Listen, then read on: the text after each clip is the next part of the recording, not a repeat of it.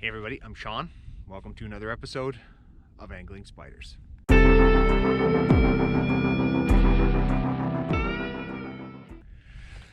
Welcome back everybody. On today's episode, I'm going to be doing a gear review of our new Ion R1 ice auger. I'm going to go over the features. I'm going to give you my first impressions. I'm going to show you me drilling a hole. And then I'm also going to hopefully show you guys me making a live well for fish, which is something we could have done with our manual auger, but is definitely much easier with the Ion R1. The last thing I'm going to do today is for those of you that entered in the last giveaway of season 3, I'm going to reveal the results of the person who got closest to the number of fish we caught in 2021 without going over. So with that in mind, let's get to today's episode. All right, everybody, so let's go over the features of this Ion R1 auger. First and foremost, the auger itself is steel, and so that does contribute to the weight of this auger. This one that we got is a 10-inch blade. It does also come in an 8-inch blade, so if you want it to be a little bit lighter and cut holes a little bit faster, you could go with the 8-inch. We took the 10-inch because it's easier to get fish out of the hole. The overall length of the auger is 40 inches, but I would argue that if you're cutting ice, your maximum that you're going to get out of this auger is probably somewhere around 32 inches, and then you're going to be bottoming out.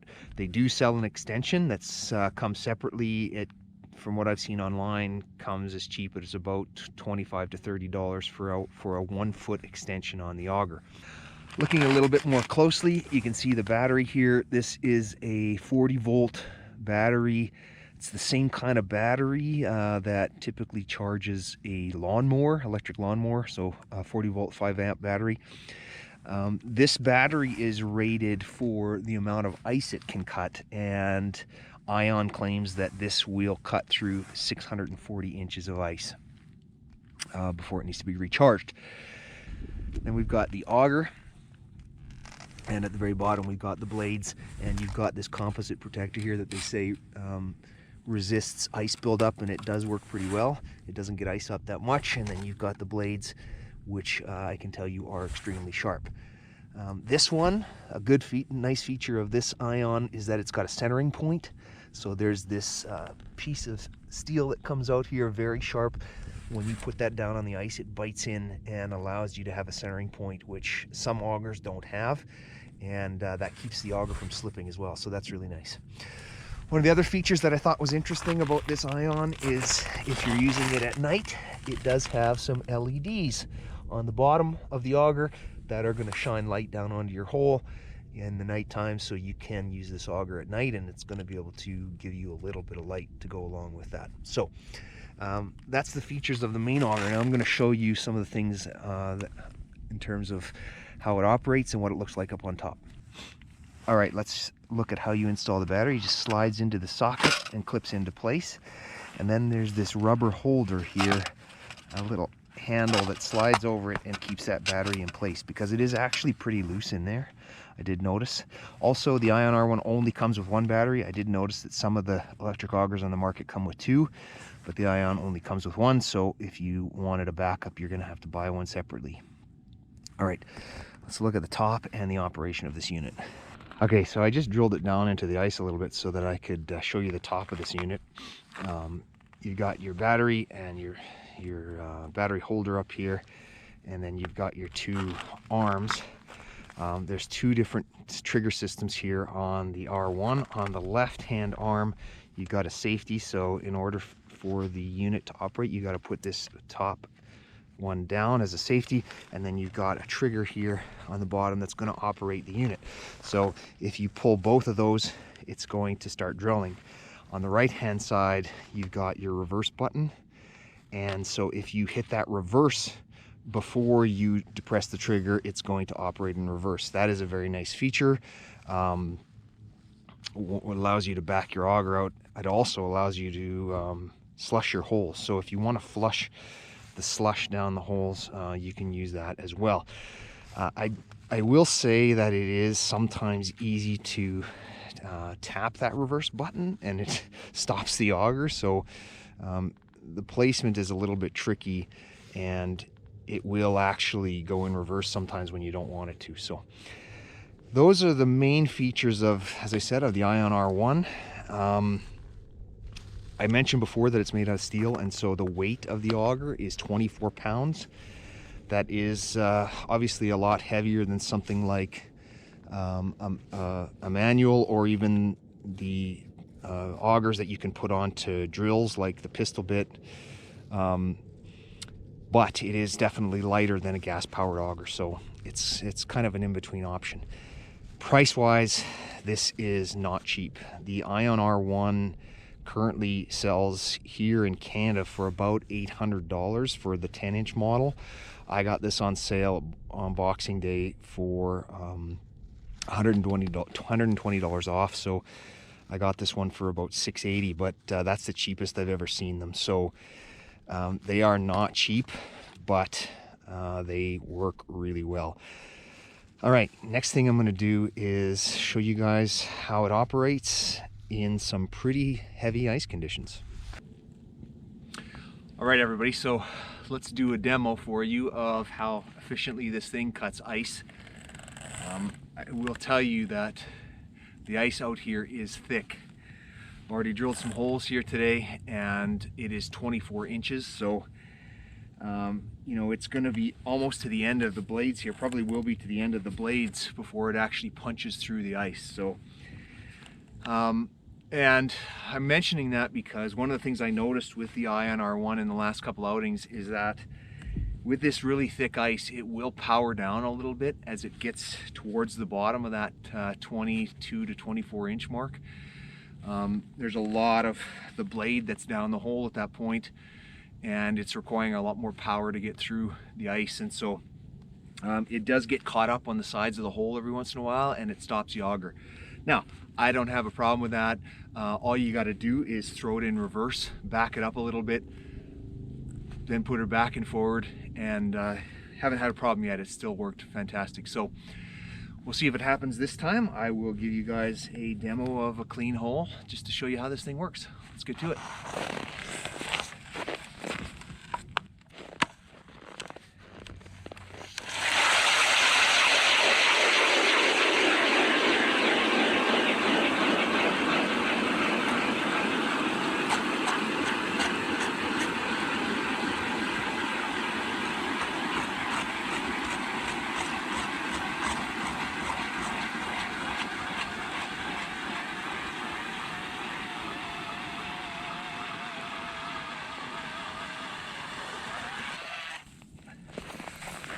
All right, you guys, so you probably heard it powering down towards the end of that hole. It did go through without actually stopping, but it did power down quite a bit.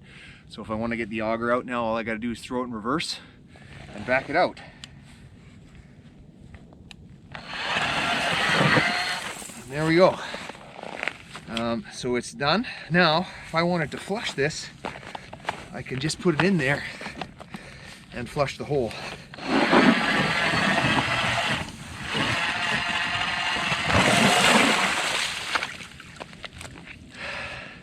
So all you got to do is pull that out as it's running in reverse.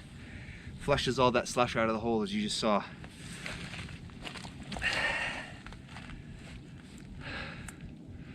So there's a demo. Works fantastic. Just drilled through 24 inches of ice. Super easy. Works great. That's about the 6th or 7th hole that I've drilled so far already today, so no problem there. And really like how this thing is working so far.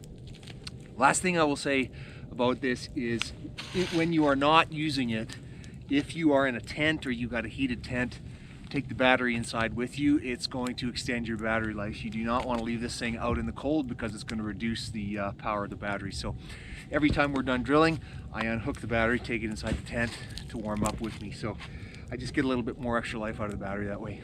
All right. The next thing I'm going to try to do is show you guys drilling a live well. Okay everybody, so the next thing I'm going to try to do is do a live well on this patch of clear ice here. Why a live well? We got a question in one of our last videos about why we aren't measuring our fish during ice fishing, and there's a simple reason for that. It is cold out right now in Alberta. Some of the days fishing it's close to -30. Today, right now, it is -22. And so in those cold conditions, you are going to want to get those fish back in the water as quickly as possible. So, you know, you're not going to take time laying them on the ice, getting a measurement, getting a weight, if you don't have to. So we try to do it with pictures as quick as we can. We've got the video, and we try to get them back in the hole. So, you know, on nicer days, which we're supposed to have next week here, when it's above 0 and melting, you can get away with that a little bit more. But one of the other things that you can do is create a live well on the ice. And I've never done it because it requires you drilling extra holes, and that's a lot of work when you have a manual auger. But now that we have the Ion R1, it's a little bit easier to drill holes. And so I'm going to show you how to build one right now. Basically what you got to do is make a little trench in the ice that you can put water in. So I'm going to try to do it with the Ion R1. I might speed this up because I'm going to be drilling multiple holes, but I'll show you the results at the end.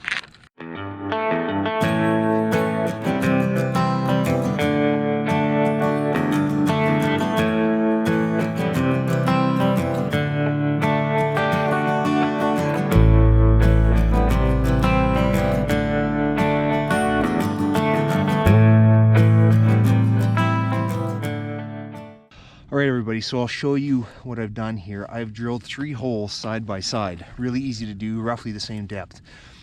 This one could have been a little bit closer as I've got a little bit of a spike sticking out here, but with the spud bar I could bust that off relatively easy, or I could just put the drill in there and drill that out. You could use this as is. What you can see here is I've got a little depression. You use a bucket, you fill this with water, and you can put your fish in there.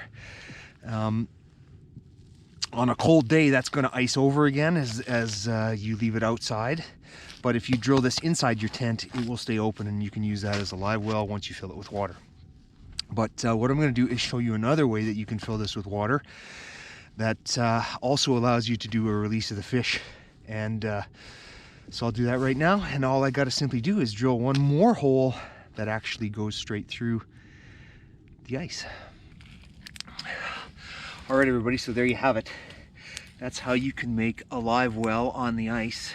And so now, if we were to catch a good-sized fish, or a fish that we wanted to measure or get some extra pictures of, we could put them in here, hold them in here so that they could breathe, and then when we want to release them, you can go right down the hole.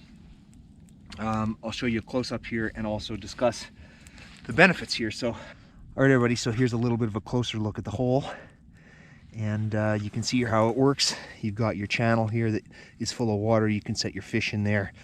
You could make it as long as you want, and ultimately at the end here you've got an open hole that goes into the lake, and when you're ready you can release them back down the hole. I like this method of having an open hole better, simply because you've got fresh lake water, so you're not using buckets of water that will get stale and stagnant over the course of the day.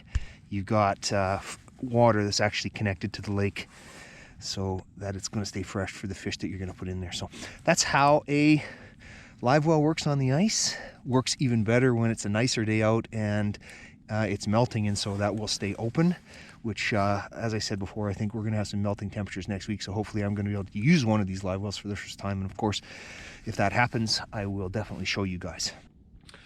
Okay, one last thing before I close it out for today. I mentioned I would tell you guys the results of the final giveaway that we did in 2021.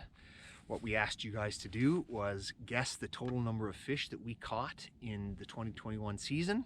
The person who got the closest to that number without going over, and that's important, is going to win a Len Thompson custom angling spiders lure and one of our stickers. Some great guesses in this one, and some of you got really close but unfortunately just went over. And so I can tell you that We had a pretty successful year last year, and the best I can tell, and from what I can tell, we keep pretty good records, we caught 494 fish last year. All right, so as of me making this video, if I go through the comments, the person who is closest to that is Larry's Fishing. He guessed 475. So congratulations to you, Larry. Larry has got his own YouTube channel in Australia where he fishes from the bank, fishing for cod, Murray cod, and carp. And because he's in Australia, it's significantly warmer there right at the moment than here. The other day Larry was out, it was 40 degrees. I was out, it was minus 40, and so we had an 80-degree swing in the temperatures between fishing, which is crazy. But anyways, congratulations to you, Larry. Appreciate your continued support. If you get in contact with us at anglingspiders@gmail.com with your address, we'll get that stuff sent out to you as soon as we can. All right. For those of you that didn't win, of course, there will be more chances at more giveaways coming up in the near future. We've got some other milestones coming up as well. We are getting very close to our 100th episode of Angling Spiders. I can hardly believe it. And actually, with any luck, that might happen next weekend. And so hopefully we'll be filming something special for that. All right, that's going to close it out for today. Thanks for joining me for this review, and really appreciate it as always. If you guys like the video, smash that like button, hit subscribe. Until next time, good fishing.